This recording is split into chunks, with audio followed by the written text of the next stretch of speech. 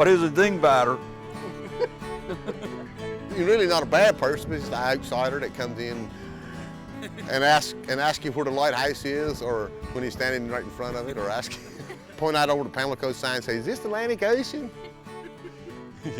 What time does the 4 o'clock ferry leave? That's a core sound word, I think. That's what James Barry says. I basically, Cedar Islanders on that way kind of. There are dingbatters and then there are dingbatters. Yes, there's real ones. And then there are there's ones blank, that you blank just, dingbatters. Yeah. This is a dingbatter. He married a down east woman. Down east woman. He married a down east woman. He's from Kenosha, Wisconsin. Now this is what we consider a dingbatter. Yeah. A damn dingbatter. I've been here before he was born. It doesn't matter. Ever since I can remember, somebody not from here was called a dingbatter, or a dit-dot, or a woodser. People not from here was called woodsers too.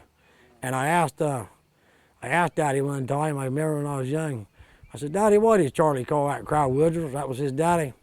He said, well, that's somebody from inland, not from the you know, the banks and around the water. And that's what the old folks used to call them, woodsers. You get out here and they work you too hard, any kind of thing like that. Been mamacked to death over my whole life. I use it all the time. That's just about as bad as it can get. To be mamacked is just about as bad as it can get. It means to shred or tear apart. To just, no other word for it except mamacked. You've been mamacked, you know. I mean, you've been shrimping all night. You're tired, you're wet, you're hungry. You've just been shredded to pieces all night. You have been mamacked. Yeah. And let's say it on the Peyser. Porch. Let's say it on the Peyser. Yeah, well, they say the Peyser, that's a porch that goes around the house. I think they sit out on the Peyser. Yeah, the real name's porch. We call it Peyser. Well, them older people, I think, some of them were worse than others, but they call it Peyser. Going to sit on the Peyser.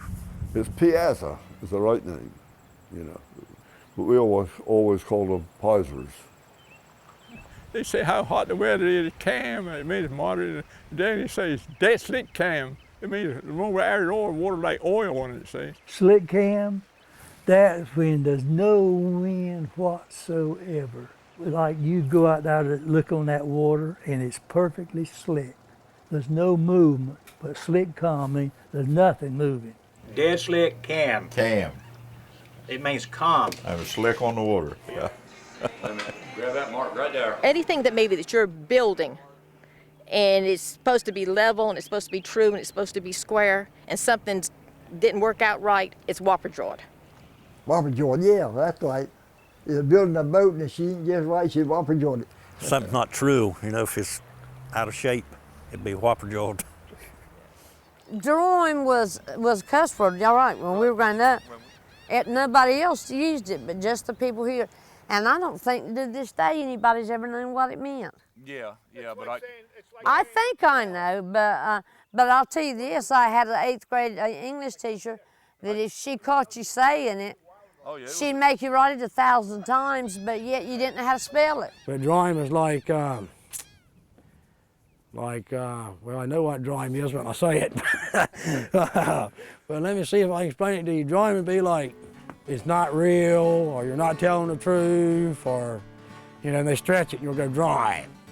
Somebody would be sitting there and start talking, telling a tale or something, and they didn't believe it or something. They said, drawing, that ain't right. There ain't no way that that's right. They're drawing. It's like you're calling somebody's bluff, you know, drawing, I know you're not. Yeah, I've heard that said many times, drawing. I don't even think that's in the English language. Drawing.